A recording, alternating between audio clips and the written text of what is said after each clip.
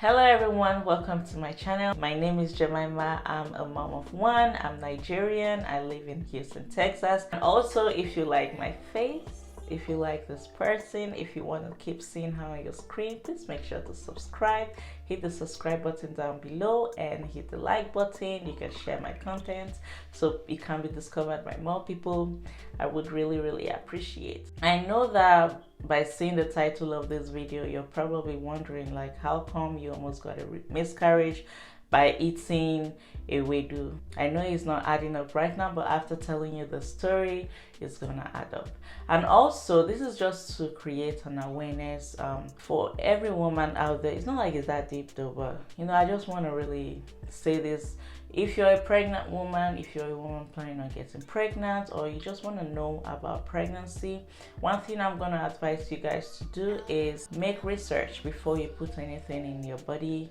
I did that, but I actually almost, I made a mistake at some point. There are so many little things that we might ignore that could be harmful to your pregnancy journey, to your baby growing inside of you. So I would really advise that make your research, make sure you put in the right things in your body. And also, that's why I'm actually making this video, is to let you guys know some little things I had ignored that would have been a harm to my baby. And thank God it wasn't the story. That's not the story I'm talking about. This is something that almost happened but did not happen. So let's go straight into the video. Let me stop talking too much and let's get right into the video.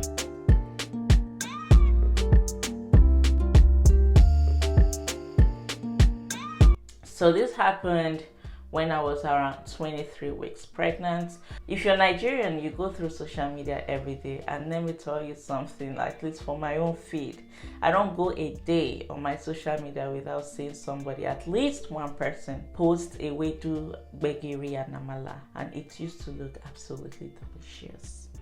So because of that, during my pregnancy, I don't know if it's cravings, I don't know, all of a sudden it was that time I was pregnant. I was like, you know what, let me try this thing, because I had never actually tried it before.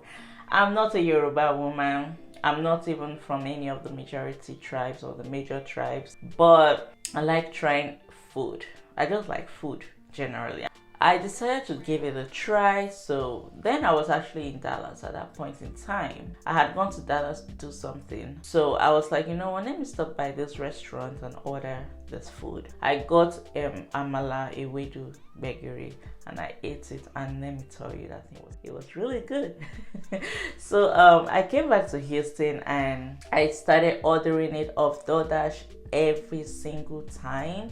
And the thing is, on DoorDash you pay more and the quantity was not that much. So I decided, I was like, instead of ordering this thing, spending a lot of money, I know how to cook. Why don't I just learn how to make this food so that I can be preparing it and saving the cost of buying online. Anyways, I didn't know that was where I was making a mistake. So I was living with my mother-in-law at that time, and she traveled. She was actually out of town that time, so I didn't have anyone to really ask how to cook the food there. So I called my mom, and mind you, that was like around 8 p.m. American time, so it was obviously like midnight in Nigeria. They're sleeping, but I decided to give it a try. So I called my mom, but my mom obviously didn't pick because she was sleeping.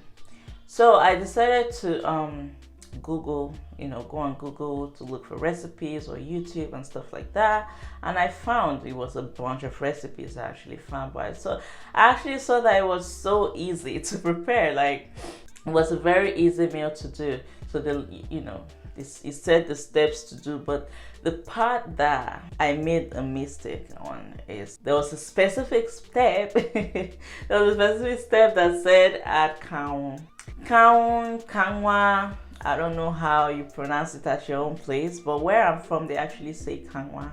It's something that I have never used to cook. I will leave it in the screen. It's called potash. That's the English name, but they call it kanwa. It's like a whitish, grayish looking thing. They said to put it. Now, I never used it, but my mother-in-law had it in the kitchen then. So I decided, I was like, okay, good. We have everything in the house. We have Iru, we have everything. They said. I made it. Now, I didn't know that the count. I said count. What? Look at me. Count. Okay, so the count. I didn't know that you were actually supposed to use a pinch of it in cooking to cook. I went and put a huge block of it inside my food. I didn't know. Anyways, I still ate it, right? So I put a huge block of kanwa inside my soup, sat down to eat. 10 minutes into eating my food, I started feeling like cramps behind my belly button. Before I proceed, I actually have something called umbilical hernia. I don't know how it's pronounced, umbilical and umbilical. You know what I'm talking about? I've been having like pain sometimes in my belly button. So I thought that was what was happening, but I didn't know it was more than that. And also another thing before I proceed, during my first trimester, I was very fatigued. But during my second trimester, I was very energetic. Like I could run up the stairs, like I had a lot of energy. So I had done that prior to eating the food. Now I'm back to the story. 10 minutes into eating my food, I felt pain in my belly button area, like behind my belly button. It was like a very sharp, excruciating pain. But guess what? I like food a lot. I was eating my Ewedu, and my Ewedu was so sandy. That's what I should have known. I thought that the pack of jute, they didn't wash it well. I was still managing my thing and eating like that.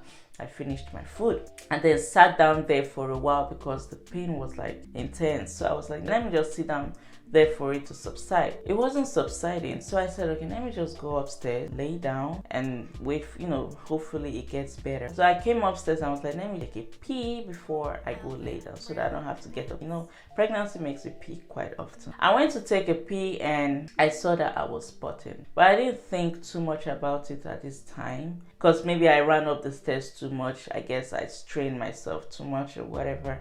That's probably why I was spotting. I laid down for a while and actually got better. It subsided. Now, before I ate that, I used to feel like flutters in my stomach. My baby I used to know when she moves. Even though you don't feel like proper kicking, you can still feel like flutters. Like you can know, okay, my baby is moving. I wasn't feeling it, but obviously you won't feel it every time. So my mom now called back. So I was like, oh, you know what, mommy, this is what happened. I wanted to make Ewedu. I wanted to ask you how to make it. So she was like, oh, it's very easy. You know how African parents are. It's very easy. You just do this, do that, do that. So I was like, oh yeah, I watched it I saw the recipe and you add kanwa. That was what I did.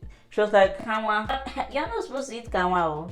I was like, wait, what? She was like, kanwa is not good for pregnancy. That pregnant women are supposed to take it. It's harmful to the baby. Whatever. That was when my heart started beating.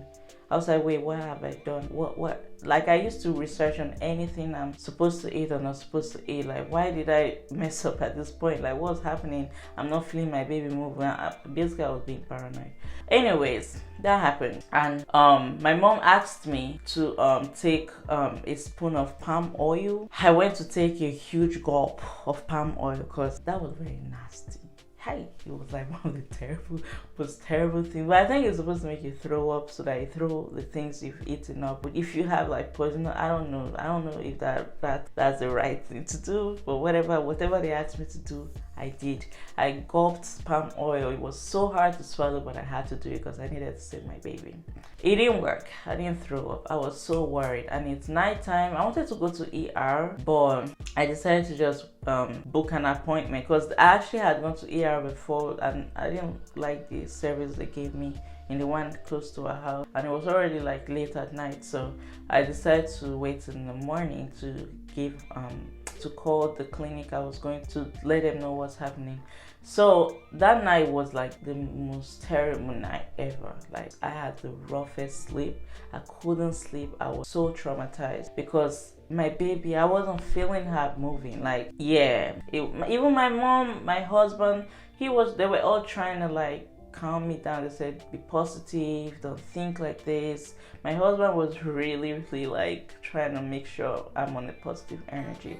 Was telling me this is even what's gonna affect the baby, you being in this type of mindset and mood and whatever. So I called in the next morning and told them what happened. So, and also I didn't mention, I actually saw like I'm discharged. So I told them what happened. I was like, you know what, this is what happened. I ate this thing I'm not supposed to eat. They said, okay, you really need to come right now, let's check. We went straight to the hospital. They went to do an ultrasound, and this baby girl was fine. She was even moving. Like, I don't know if it's because I was being paranoid that I didn't feel her movements, but she was actually moving. Her heartbeat was fine. That was the best relief I'd ever had. In oh god, Baba, see, I don't even know now, thinking about it, like I'm still giving glory to God, because the way I felt after seeing her heartbeat, I'm being emotional right now, was like, oh my god, like I couldn't, no, it was just good. I came back so happy. I trashed the remaining Ewedu I had. So yeah, that's basically what happened. It's not like eating Ewedu leaf is harmful, but there's something called count. Please don't put that in your Ewedu. If you find any recipe that has it, don't even. But my mom said she doesn't even use it to cook, because it's like I don't think it's that safe to eat. So just, I mean, I think it's safe if you're not pregnant, but if you're pregnant, just avoid it. Completely avoid it, and make sure, I know I'm missing something. Make sure you do your research. Make sure you do your research before you eat anything. Make sure you don't just put in things. Even pineapples, I wasn't eating it. I know pregnant women eat it and they're fine, but they said there's something about not eating pineapple when you're pregnant, so don't eat it. So yeah, just be mindful of what you put in your food.